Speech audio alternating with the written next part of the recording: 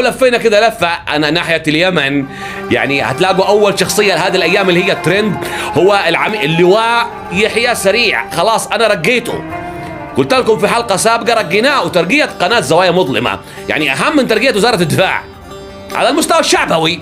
يعني الرجال هذا يعني مكسر الدنيا، يعني صار فتى أحلام البنات الأول عن جد. يعني نص البنات العربيات صاروا يحبوا هذا الرجل، يعني عن جد سرق الأضواء من الملثم.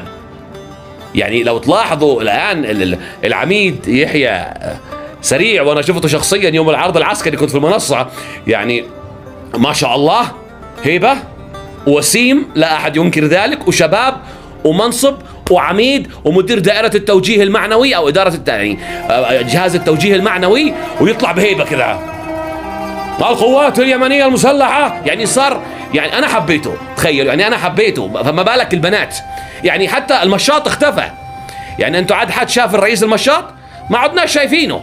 فعن جد صار من الترندات العالمية الآن، والناس كلها تنتظر خطاباته الملثم والعميد يحيى سريع.